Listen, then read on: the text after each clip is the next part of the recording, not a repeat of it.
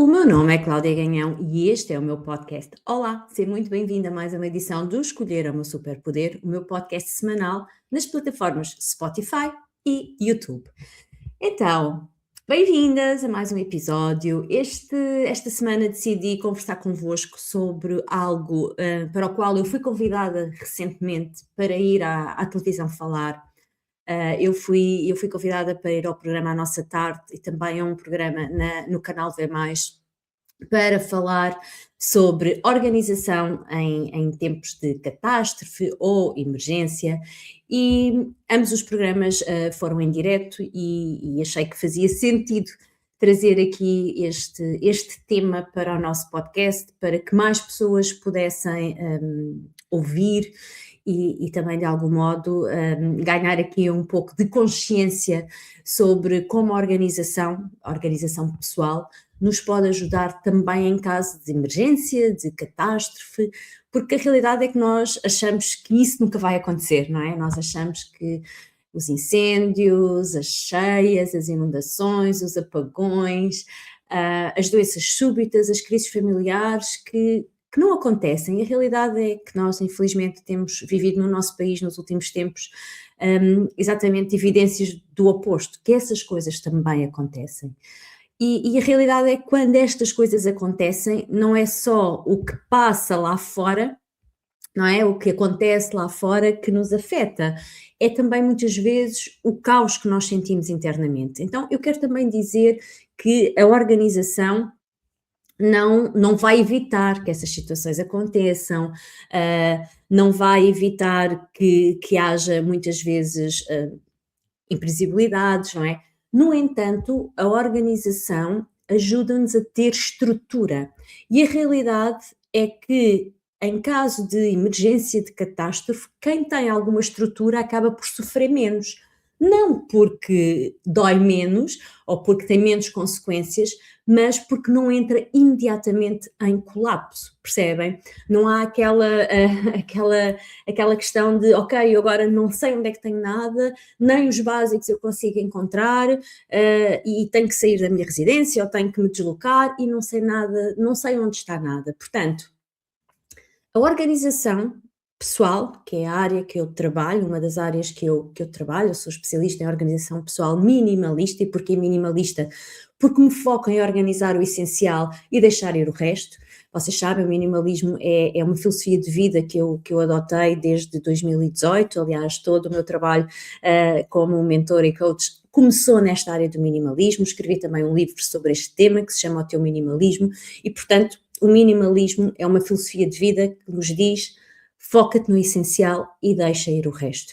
E quando nós nos focamos no essencial em qualquer área da nossa vida, nós conseguimos ter um pouquinho mais de previsibilidade, mas acima de tudo conseguimos ter serenidade. Eu acho que esta é assim, o minimalismo, ou aplicar o minimalismo no nosso dia-a-dia tem N benefícios. No entanto, a serenidade com que nós conseguimos encarar e lidar com estas situações de emergências, de catástrofe, de crises familiares, por exemplo, é sem dúvida algo que o minimalismo nos ajuda muito. Então, é importante dizer que neste ponto do tema deste podcast, que é o poder da organização em emergências ou em situações de emergência, a organização pessoal não é sobre ter perfeição ou ser perfeito, nem ter tudo planeado ao detalhe, nem muito menos, não é, prever o imprevisível, porque a organização não nos permite, não é uma bola de cristal que nos permite prever coisas que são imprevisíveis. No entanto, a organização tem aqui 5 benefícios, diria eu, esta organização pessoal minimalista, que nos ajuda muito nestas situações. A primeira delas é reduzir decisões no caos, porque muitas vezes quando o caos acontece à nossa volta, nós temos que tomar uma série de decisões. Então, se nós tivermos coisas minimamente estruturadas ou centralizadas, ajuda-nos a reduzir o número de decisões e isso faz com que nós consigamos nos focar no que é efetivamente importante em caso de caos, em caso de catástrofe ou de emergência. Depois também nos permite, e este é o segundo benefício, saber onde estão as coisas importantes. Porque, claro, em caso de emergência, em caso de inundação, de incêndio, claro que nós gostaríamos de poder salvar tudo, mas sabemos que é impossível, temos que ser realistas. Então, pelo menos saber onde estão as coisas importantes para que essas coisas possam ser salvas de algum modo, não é? Então, este é o segundo benefício que a organização pessoal nos traz. Em terceiro lugar, desculpem, ter sistemas simples, ou seja, é simples encontrar as coisas. Não é só saber onde estão, mas é tudo muito mais simples, tudo funciona com uma simplicidade que alivia, não é? Em caso de caos, de catástrofe, de pânico, de situações que nos fogem totalmente ao controle. Em quarto lugar, ajuda-nos a criar aqui uma base emocional, era aquilo que eu dizia, a serenidade para mim é um dos grandes, grandes benefícios que esta organização pessoal minimalista nos traz.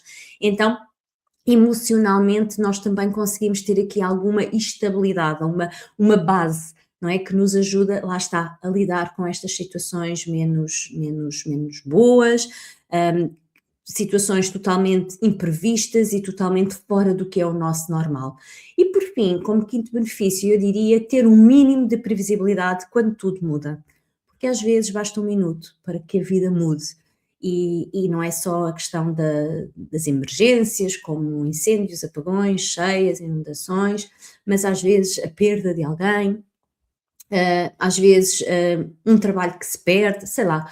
Há efetivamente um sem número de previsões, de situações que nos leva a que tudo mude de um momento para o outro. Então, esta organização pessoal minimalista também nos ajuda a ter aqui um mínimo de previsibilidade, ok?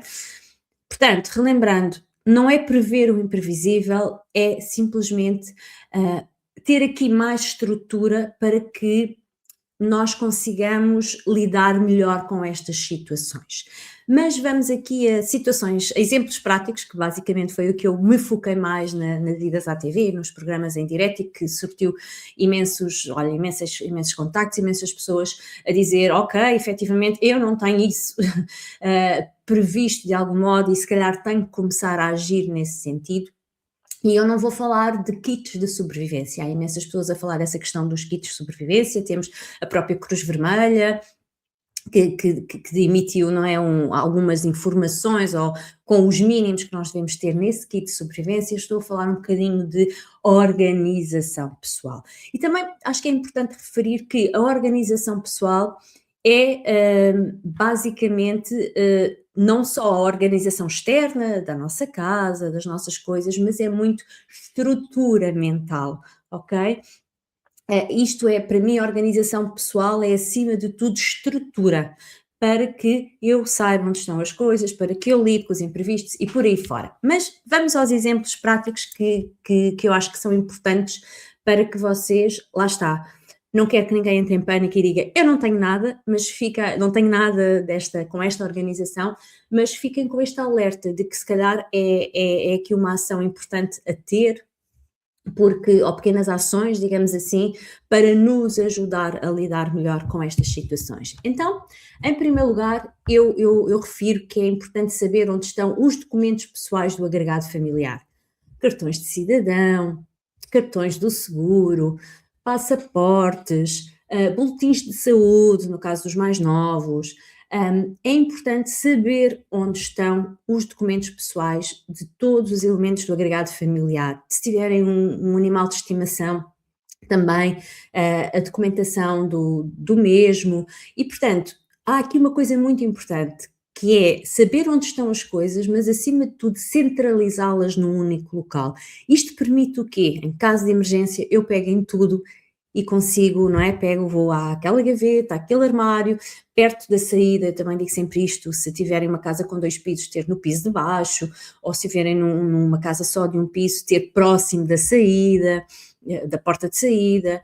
Às vezes uma gaveta de uma cômoda, um armário, qualquer coisa, qualquer local onde esteja tudo centralizado. Depois também falar na questão das apólices de seguro, porque efetivamente agora nos últimos tempos, até com esta questão das tempestades que houve em Portugal, das inundações, do vento que destruiu muitas coisas, é importante nós termos as apólices de seguro à mão, porque as apólices de seguro é onde nós recolhemos a informação de como é que podemos, não é, ser efetivamente, ou efetivamente agir, porque depois há prazos legais a cumprir que estão descritos nas apólices, então é importante saber também onde está esse tipo de documentação. Depois deixo aqui também a importância de saber onde estão escrituras e outros documentos legais importantes, porque são documentação que, em caso de uma situação de emergência, que nos podem valer, que nos podem ser úteis. Então, esta é a parte da documentação que nós temos que saber onde está e, se possível, centralizar. Depois falo também da importância de fazer cópias digitais destes documentos importantes, ou seja, estes documentos existem em formato físico, papel, não é? A maior parte deles, papel, cartão, mas é importante ter também uma cópia digital. Para quê? Que possa estar essa cópia na nuvem ou num disco rígido ou numa pena, aquilo que fizer sentido para vocês, para que, em caso de eu não conseguir salvar os documentos, eu tenho cópias, está bem? Portanto, aqui esta nota também é importante. Depois, eu deixo como sugestão ter no telemóvel contactos de emergência centralizados, ou seja, pode ser uma nota no telemóvel, para além deles fazerem parte dos nossos contactos, como é óbvio, mas ter uma nota com, por exemplo, os contactos de emergência. E estou a falar do médico assistente ou do pediatra que acompanha os nossos filhos, ou se tivermos uma doença crónica ou uma doença em que somos acompanhados por uma especialidade, ter o contacto desse médico ou do local onde o médico trabalha, do centro de saúde, da escola dos filhos, do gestor de conta, porque se efetivamente também precisarmos de, perdemos os cartões multibanco todos, não sabemos, não temos eletricidade para poder, não é para poder ligar o computador e aceder à conta. Ok, temos o contacto do gestor de conta. Então, fica aqui também esta nota. Depois, passwords.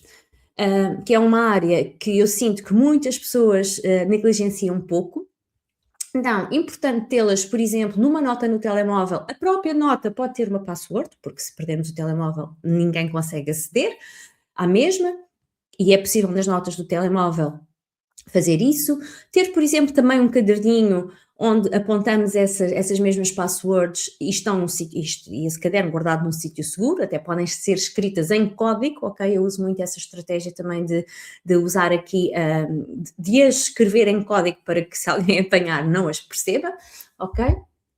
E depois saber, nós hoje em dia dependemos do telemóvel para tudo, então saber onde está o carregador do telemóvel ou ter um carregador extra nessa zona de saída da casa onde estão os documentos importantes. Ter uma powerbank sempre carregada, muitas vezes nós só nos lembramos da powerbank quando vamos de férias, não é? Porque eu quero tirar muitas fotos e posso ficar sem bateria. Mas é importante ter uma powerbank ou várias em casa sempre disponíveis, para lá está, não há energia, há powerbank. Depois outra coisa que muitas vezes nós nos esquecemos, que é saber onde estão as chaves suplentes, quer de uma segunda habitação, quer da própria habitação principal, quer dos carros, motas, veículos, não é? Em geral. É importante saber onde é que estão essas chaves para não estarem perdidas por aí fora, porque imagina, em caso de eu preciso tirar um determinado veículo da zona de casa, ok, eu não encontro a chave principal, mas sei onde é que está a suplente, está bem? Depois, outra coisa que eu também refiro e que acho que é muito importante é termos algum dinheiro físico em casa. Não estou a dizer termos uma fortuna, mas nós estamos a depender muito, muito, muito e cada vez mais do telemóvel, já nem tanto dos cartões bancários, mas do próprio telemóvel. Todos nós já temos, a maior parte de nós tem os cartões já na wallet do telemóvel e usa o telemóvel para fazer pagamentos e raramente temos dinheiro físico, a verdade é essa. Mas não sei se estão recordados, quando foi o apagão o ano anterior, em 2025, aconteceu exatamente isso. As pessoas não, porque os terminais multibanco acabaram por também, não é, devido ao apagão, não funcionarem, os telemóveis não tinham bateria, os terminais de recepção nos locais também não conseguiam, então é importante ter dinheiro físico. Para quê? Para que possamos, pelo menos, se houver essa necessidade, adquirir básicos, água, comida, etc. Então, é importante ter sempre algum dinheiro físico em casa para essas situações. E por último, eu acho fundamental nós também termos um local onde estão os medicamentos básicos, e básicos estamos a falar, não é, daquelas coisas básicas, lá está, a mesma filosofia de quando vamos de férias, levamos a powerbank carregada, levamos não sei o quê, os carregadores do telemóvel, levamos também medicação. Geralmente para quem tem crianças então é muito frequente, não é? Fazer ali um kit ou uma farmácia para levar de férias. A mesma coisa, ter esse kit à mão, porque em caso de necessidade eu poder pegar nesse kit e levá-lo comigo. Além disso, aqui um especial alerta para quem tem doenças crónicas, para quem toma medicação diária, que não pode mesmo parar, ter sempre um extra dessa medicação e estar também num local fácil de pegar em caso de emergência para eu poder levar comigo, está bem? Porque imaginem, há doenças e há situações que as pessoas não podem mesmo estar uma semana, nem 3 dias, nem um dia sem essa medicação, podendo pôr em risco a sua saúde e tudo mais. Então, fica aqui este alerta também para a questão da medicação, que eu acho que é fundamental. E estes são alguns exemplos práticos que nós, de como a organização nos pode ajudar, então, em caso de emergência, de catástrofe, de situações imprevisíveis, e às vezes basta uma crise familiar, não é? E a crise familiar pode ser derivada de uma doença súbita, qualquer coisa que nos faça sair da rotina normal. Então, mais uma vez eu digo, quem tem estrutura acaba por sofrer menos, não porque doa menos ou tenha menos consequências, mas porque não colapsa no imediato, não é?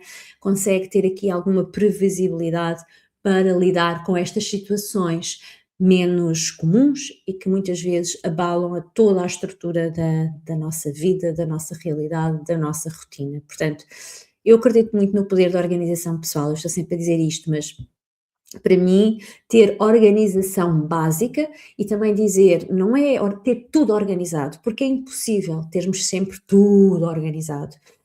Eu até a brincar digo muitas vezes que viver é desorganizar, não é? Porque imagina, vamos aqui um exemplo.